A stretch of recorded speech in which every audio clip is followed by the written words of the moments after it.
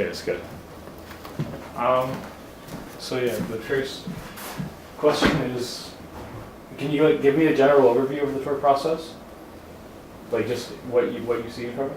So we have tours that happen typically over spring break, and we have tours that various departments will use that go outside of the Lower Mainland and Vancouver Island. So anytime a teacher or a group wants to take one of those trips, we categorize it as a tour.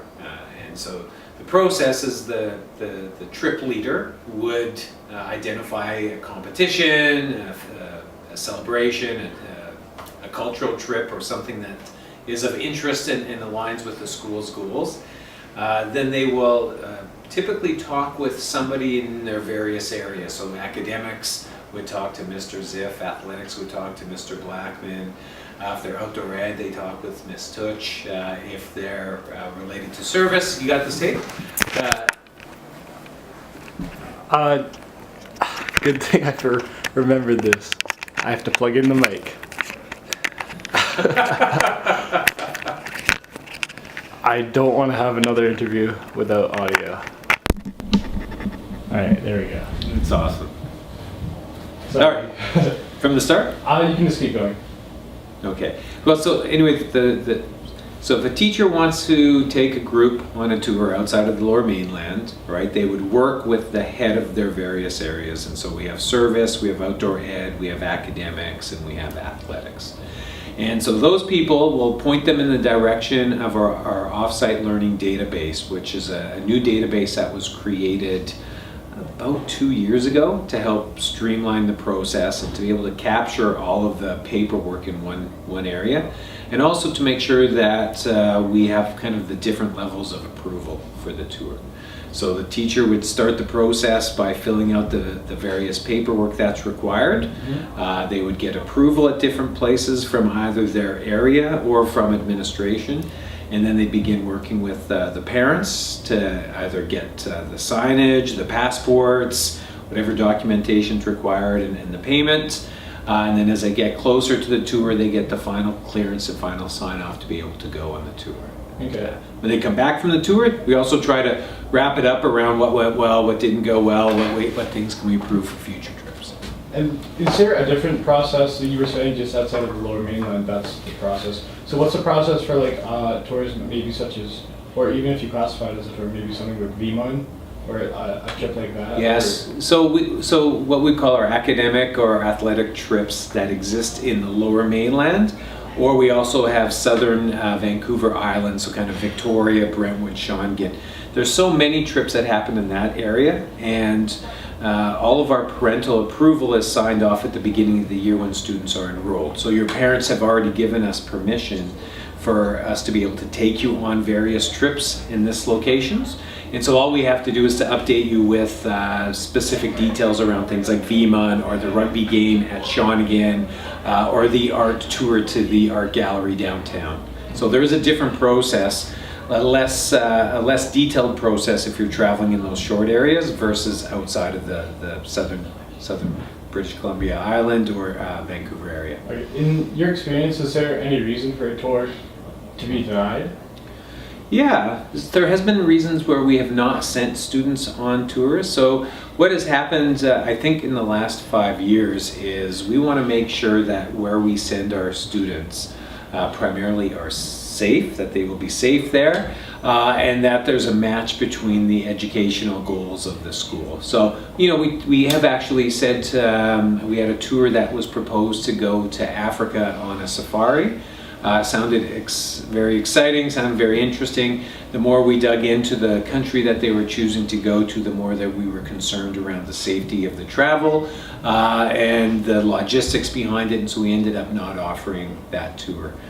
So certainly there are times when it's just not the right thing to do for our students. Okay. I was talking to Mr. Beckett. I know he's been on like 50 tours or so, and he was saying back, you know, I'm not like 20 years ago or so, maybe the tour process was a lot more straightforward. You get the parents' signatures, you get an information night, and you just go. And now there's a lot more paperwork, there's risk management sessions. What were like some events that actually caused the tour process to happen?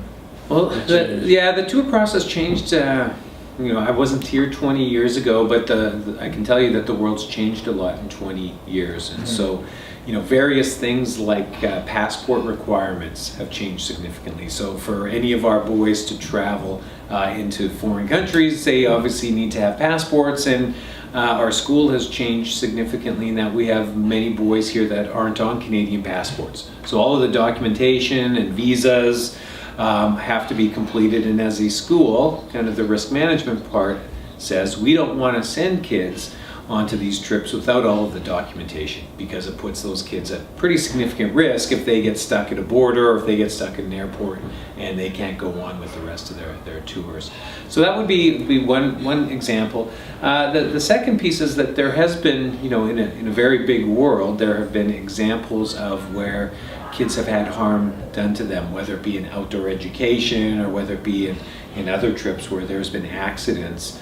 And those accidents, are quite devastating. And so typically what happens is that all schools, and St. George's is part of the independent schools of BC, get together and they start talking about how can we reduce the risks of sending students on certain trips. Outdoor education has probably been one of the biggest areas where outside of St. George's, a lot of work has been done to reduce the risk of sending students on mountains or in oceans or on hikes. Mm-hmm. And so speaking of mountains specifically, there was the big incident with Strathcona.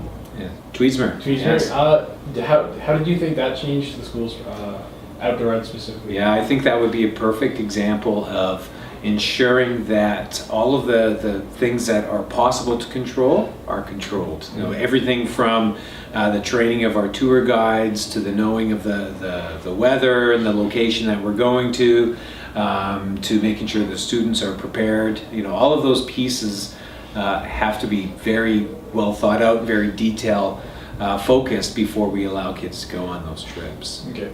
Have you been on a tour with boys during your time? I have. And yeah. How was your process, I guess, as a chaperone on those tours, or how was your experience there? So being a chaperone on a tour is quite a positive experience. Typically, you don't have to do a lot of the administrative work at the beginning, the paperwork of collecting passports and getting the letters ready. So what you get to do is join the boys at the beginning of the tour. The supervision part and the chaperone part's pretty clear around what's expected of us. Mm-hmm. And then we get to come back and celebrate what are often great experiences. So the chaperone part's actually really kind of a positive part of the school. And how do you think the trips, specifically academic, like international trips like Mollywood trips or athletic trips, maybe like the LA trip for soccer, how do you think they affect boys at their time at school? I think that I think that many of our students, when they graduate, often look back to experiences that were, even beyond our schools as key moments of their education. They're the times that they typically make a friend or bond with a group of people or connect with an adult or experience something they wouldn't otherwise experience. And I think that's why trips are so important for our boys, because it takes them out of their familiarity and it gives them a new experience that often is incredibly memorable and potentially transformative for them. So I've been on a couple trips myself, and I was talking to other boys that have been on trips, and they kind of shared the same sentiment as me that maybe boys should be more coaxed into going on tours because it's such a good experience. What do you think about that? I think that one of the areas of our school is global stewardship. And I think as we evolve our understanding around what it means to be a global citizen, that trips would be something that we would want to encourage our students to do. I know our students travel a lot as a rule of thumb, but I think going to places for specific reasons that are often related to service or contribution or leadership, I think would be great for every one of our boys. And it would be wonderful one day if every boy had that opportunity or took that advantage of that opportunity. Okay, that was about it. Yeah? Yeah. Awesome. Good stuff. Thank you.